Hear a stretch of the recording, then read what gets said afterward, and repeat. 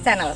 Vlog saya kali ini akan berbincang-bincang dengan seorang akademisi, yaitu Ibu Dr. Tresia Kristiana. Yuk ikutin bincang-bincang saya. Ibu Tresia ini salah satu perempuan Kabupaten Sintang yang menurut saya sangat sukses. Alhamdulillah. Karena saya itu mengintip Facebooknya, IG-nya dengan segudang aktivitas yang ada di Universitas Kristen Palangkaraya maupun Universitas Negeri kalau saya tidak salah, dan juga mengajar di UT. Nah, bisa diceritakan tentang kegiatan-kegiatan di sana apa-apa saja? Kalau boleh dibagikan buat teman-teman. Sebelumnya halo dulu buat teman-teman di Palangkaraya. Semoga nonton ya nanti ya. Di Universitas Kristen Palangkaraya, tepatnya di akhir Desember ya, kalau saya Desember 2012. Kemudian sampai sekarang masih di Universitas Kristen Palangkaraya. Sebelumnya juga di Universitas Palangkaraya di program studi ilmu pemerintahan. Di fisik ilmu pemerintahan itu tahun 2013 kalau tidak salah. 2013 sampai dengan 2017. Setelah itu karena kesibukan lain, karena bukan hanya di S1, coba di S2-nya di Universitas Palangkaraya, tepatnya di Magister Manajemen, kemudian juga di UT di pasca sarjananya di ilmu pemerintah, di administrasi publik. Jadi sampai sekarang juga masih sebagai dosen luar biasa di Universitas Pendidikan. Keren. Terus guys, kalau saya lihat Bu Tres ini selama di Palangkaraya makin cantik guys. Amin.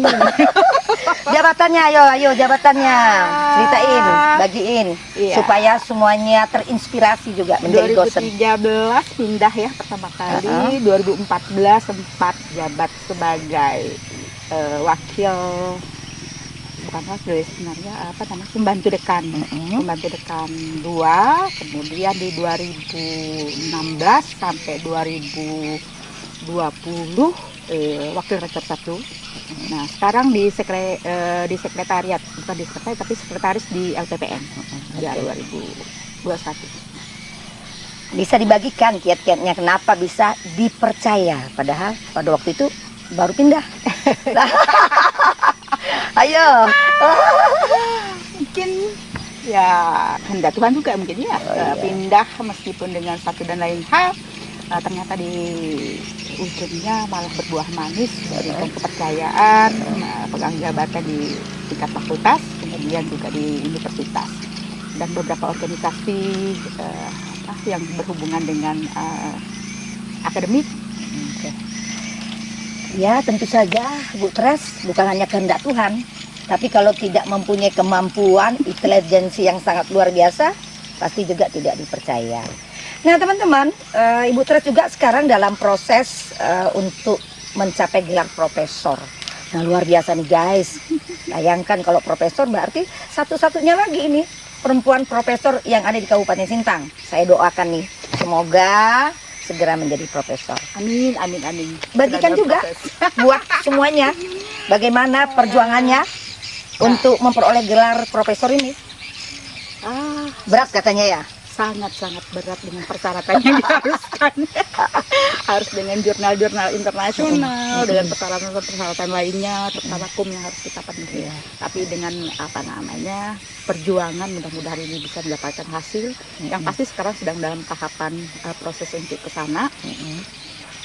Mudah-mudahan dalam waktu dekat semuanya bisa tercapai. Terus kesulitan yang paling sulit untuk melalui proses ini, yang sudah dilalui gitu. Ada beberapa persyaratan memang standarnya ditetapkan oleh kementerian ya, tapi puji Tuhan memang itu sudah bisa dipenuhi. Cuman sekarang memang tinggal klarifikasi tentang persyaratan yang diajukan. Karena memang dengan sistem online sekarang persyaratannya juga cukup berat yang harus kita punya, terus harus kita update juga sesuai dengan ketentuannya. Terus Bu Tres, kan ada kebijaksanaan dari kementerian bahwa sekarang itu kita kuliahnya harus linear. Jadi S1-nya harus sama, S2-nya harus sama, S3-nya juga harus sama. Nah ini yang dianjurkan. Bagaimana tanggapannya? Apakah ini tidak merugikan kita-kitanya, misalnya yang pengen misalnya S1-nya beda, S2-nya beda, S3-nya beda, gimana tanggapannya? Sebenarnya kalau memang ketentuan tuh linear itu baik ya. Jadi misalnya kita memiliki satu keahlian yang memang khusus, tapi juga tidak menutup kemungkinan orang ingin menambah pengalaman dan wawasan. Cuman kalau dengan persyaratan ketentuan untuk jabatan fungsional itu jadi suatu masalah juga kalau memang kebetulan tidak linear. Untuk yang Jadi itu merupakan hambatan juga kan kalau tidak linear, maka ada persyaratan-persyaratan tertentu yang harus dipenuhi. Jadi seperti persyaratannya lebih berat dibanding yang linear. Kalau yang linear kan dia memenuhi persyaratan sesuai dengan ketentuan, tapi kalau misalnya tidak linear biasanya ada tambahan. Oh gitu. Tapi dia bisa digunakan di dalam di dalam jabatan dan segala macam, tapi ada persyaratan tertentu seperti itu. Yang harus dipenuhi. Berarti kalau tidak linear pun masih tetap bisa, hanya di plus begitu. Oh ya, plus tambahannya lebih berat. Lebih berat. Nah, kemudian mungkin ada saran-sarannya yang bisa masukan-masukan yang bisa kita berikan kepada pemerintah tentang hal ini, bagaimana bagusnya? Kalau untuk disiplin ilmu memang kalau untuk linear gunanya tadi kalau misalnya berhubungan dengan akademik, dunia pendidikan, kemudian untuk kampus memang itu lebih baik sebenarnya ya. Jadi memang orang terfokus untuk satu jurusan, satu program studi. Diharapkan bahwa yang bersangkutan mempunyai kemampuan yang lebih untuk mengimplementasikan ilmunya. Seperti itu. Ya, dibanding dengan kita yang beda-beda. Beda-beda. Misalnya S1-nya beda, S2-nya beda, S3-nya beda. Jadi fokus pengetahuannya juga nanti bisa tidak nyambung ya. Oke guys, jadi ada baiknya juga linear kalau kita kuliah mengambil yang satu jalur seperti itu kan, atau satu rumpun lah. Satu rumpun ya. Jadi ada seperti itu. Jadi setidak-tidaknya kita lebih profesional gitu ya di bidangnya ya. Nah Bu Tres, mungkin sebelum kita bercerita tentang hal-hal lagi di dunia pendidikan, mungkin saya mau tahu sedikit apa pengalamannya, suka dukanya di dalam menjadi seorang dosen. Nah, sukanya dulu nih. Yang pasti kita bisa berbagi ya. Jadi berbagi itu sebenarnya banyak hal yang bisa kita bagikan, tidak hanya dalam bentuk materi, tapi juga dengan bentuk pengetahuan. Jadi kalau kita berbagi pengetahuan, pastinya kita akan semakin kaya. Akan semakin kaya, kemudian kita bisa mengaktualisasikan diri kita sesuai dengan kemampuan yang kita miliki, bidang yang kita miliki, dan pastinya akan bertambah wawasan. Wawasan, pengetahuan, pengalaman, itu ya. Itu pasti. Terus dukanya ada nggak? Pasti Dibully gitu atau apa ada? Kalau dibully enggak ya, apa itu? Enggak berani lah mahasiswa bully kan begitu. Sebenarnya kita selalu berharap apa yang kita sampaikan bisa diterima sesuai dengan yang kita inginkan. Meskipun kadang-kadang ya tadi kan tingkat pengetahuan atau pengalaman seseorang itu berbeda-beda. Dengan orang juga menanggapi juga berbeda. Tapi kita berharap bahwa mahasiswa yang kita ajar, mahasiswa yang kita bina, mereka nantinya selesai kuliah mampu mengimplementasikan ini sesuai bidang yang mereka miliki. Nah, kita memang seperti ibarat pepatah itu pisang setandan itu masaknya tidak bersamaan. Pisang setandan tidak semuanya masak mulus, pasti ada yang busuk, kadang ada yang rusak, segala macam demikian. Tapi kita memang berharap kalau bisa semuanya bagus, hasilnya masaknya serentak seperti itu ya, semuanya hasilnya bagus. Tapi ya tadi pepatah mengatakan tidak semua, berarti kan biasanya ada hal-hal yang kami juga dengan mahasiswa berarti tidak semua juga. Jadi yang paling disebel dengan mahasiswa apa? Sebenarnya kalau kita kuliah itu ada pedoman akademik ya. Banyak mahasiswa yang tidak membaca pedoman akademik, sehingga pedoman akademik itu hanya seperti buku yang sepintas kilas mereka terima. Padahal dengan mereka membaca pedoman akademik, mereka akan tahu sebenarnya apa tujuan mereka berkuliah di sana, kemudian bagaimana mereka memprogramkan perkuliahan itu sehingga mereka lulus tepat waktu dan bisa mendapatkan nilai-nilai yang maksimal. Di dalam pedoman akademik juga sebenarnya ada aturan-aturan yang harus mereka penuhi, aturan yang harus dipenuhi oleh para dosen ya, juga mahasiswa dan sebagainya. Ada ketentuan-ketentuan akademik. Jadi itu yang sebenarnya kadang-kadang mahasiswa kurang memahami itu, tidak membaca pedoman sehingga kuliah jadi seperti ngambang ya, kuliah seperti tidak ada arah dan tujuan. Padahal sebenarnya akademik sudah menyiapkan. Itu salah satu kelemahan. Mungkin juga pada saat masa orientasi yang mestinya mereka mendapatkan semacam orientasi tentang kampus, bisa jadi satu dan lain hal mereka tidak dapatkan sehingga juga pada saat kuliah sepertinya ngambang. Nah, butuh waktu sebenarnya untuk itu. Seperti kalau mereka sudah siap dari awal, rasanya tidak masalah. Dan itu akan lulus lebih cepat dengan nilai yang juga maksimal. Terus berdasarkan saya kalau tidak salah juga ada sedikit survei bahwa orang Indonesia ini literasinya rendah. Nah, gimana kita mengatasi ini? Dan tanggapan Bu dosen, Bu doktor, ya sebentar lagi profesor. Amin. Non, ambilkan minumnya, Non. Sebenarnya balik kepada kita ya, membaca itu sebenarnya jadikanlah sebuah hobi. Membaca jadikan suatu kebutuhan. Zaman sekarang ya, buku tidak harus dibeli. Benar. Sekarang zaman kemudahan yang luar biasa diterima oleh para mahasiswa dan kita semua. Asal itu tadi kita mau. E-book kita tidak perlu beli, sebenarnya kita bisa mendownload dan sebagainya. Pengetahuan kita bisa dapat di Google dan sebagainya. Kembali kepada kita sebenarnya. Jadi di saat-saat seperti ini, sekarang ini banyak kemudahan. Kembali kepada kita sih sebenarnya. Kalau kita sudah mengatakan bahwa sebenarnya dengan pengetahuan kita membaca, kemudian kita mendapatkan pengetahuan yang lebih luas, itu kan seperti jendela ya, jadi kita bisa membuka. Nah, kembali kepada kita. Jadi sekarang kemudahan-kemudahan dari internet dan sebagainya itu membantu. Kembali kepada kita, kesadaran. Dan membaca itu bisa di mana saja. Ya, oke. Jadi spirit yang kita berikan nggak boleh malas seperti itu ya. Harus mengikuti perkembangan. Iya, harus mengikuti perkembangan zaman ya. Jadi tetap harus membaca juga ya. Baik melalui YouTube, media dan segala macam. Google ya kan, melalui banyak kemudahan. E-book. Nah, kalau para mahasiswa, e-book itu sebenarnya salah satu mempermudah mereka untuk mendapatkan literatur. Jurnal-jurnal. Nah, sekarang jurnal juga luar biasa ya, jurnal internasional, jurnal nasional bisa dipakai untuk menambah. Sini minumnya. Kita lagi nyantai-nyantai, jadi sebelum lanjut, ini masih ada sedikit yang ingin ditanyakan. Nah, kemudian Bu Tres, kalau dalam situasi pandemi seperti itu maupun kepada perguruan tinggi lah, pengelola perguruan tinggi itu, supaya meskipun pandemi, mahasiswa tetap pinter, tetap berkarya, tetap eksis begitu. Jadi kemajuan teknologi sekarang sebenarnya mempermudah. Salah satu poin positifnya adalah meskipun pandemi kita tetap bisa melakukan perkuliahan dengan sistem online ya. Bisa menggunakan Zoom, Google Meet dan sebagainya. Jadi banyak hal yang bisa kita lakukan.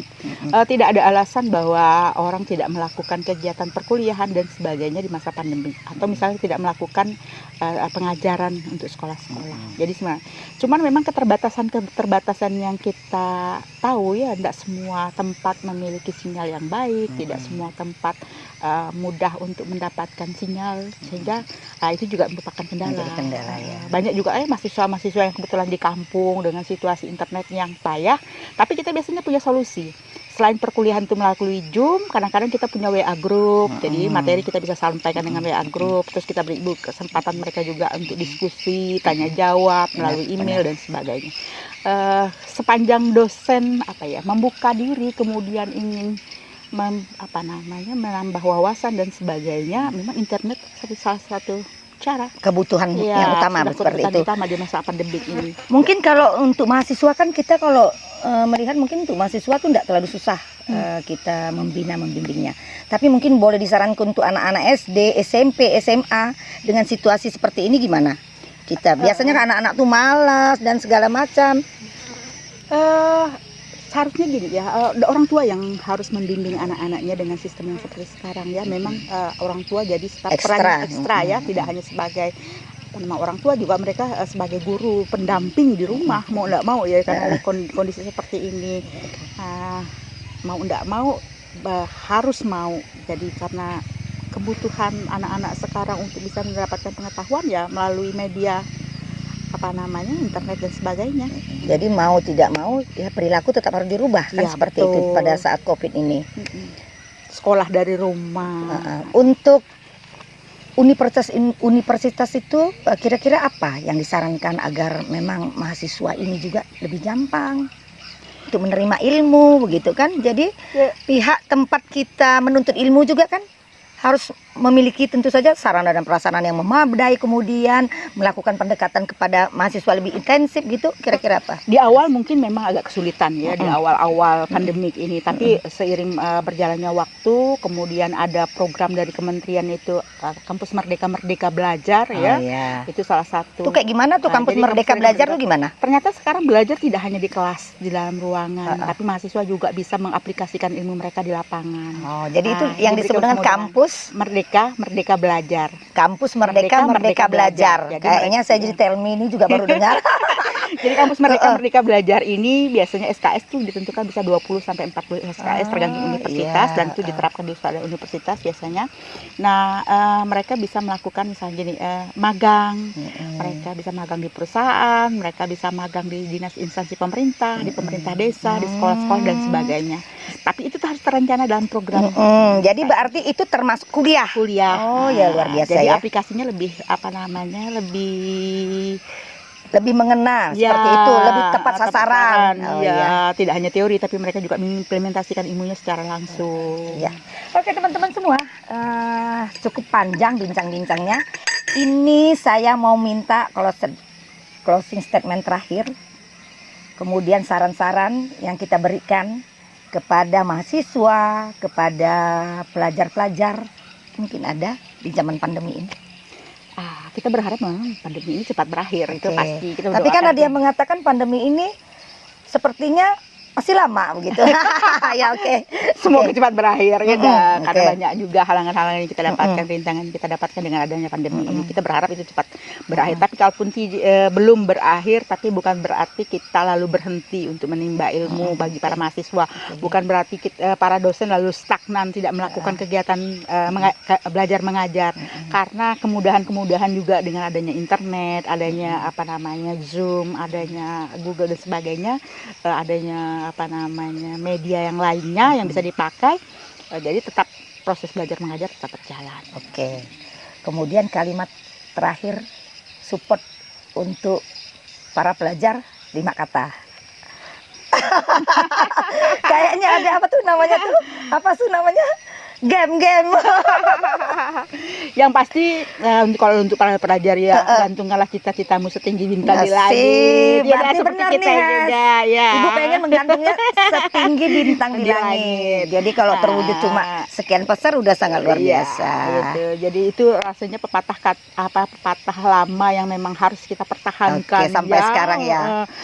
Karena begini juga, kita yang punya mimpi, tapi mimpi dengan mata terbuka itu bisa mencapainya. Asik. Kita bisa bayangkan, Oke. kalau kita di kondisi seperti ini bisa mencapai gelar doktor tuh luar biasa luar ya. biasa dong. Perjuangannya luar biasa. Caca, kalau gitu. Bayangkan Sintang, Pontianak, bener ya, luar biasa ya. Jakarta, Bandung, Benar-benar. bolak-balik ya, konsultasi ke Jakarta. Nah, itu karena kita punya mimpi. Mimpi itu juga mungkin awalnya dari cita-cita yang kita cita-cita yang kita gantungkan tadi. Ya, dan ternyata memang itu kita bisa gapai. Rasanya ya seperti apa ya tadi ya, mimpi bisa jadi seorang dokter, bisa nyampe suatu saat bisa Menjadi profesor. amin gitu kan, sesuatu yang memang tidak pernah itu pertama ya. Jadi gantungkan cita-citamu setinggi bintang di langit. Oke. Tetaplah bermimpi, Oke. tapi memimpi dengan mata terbuka.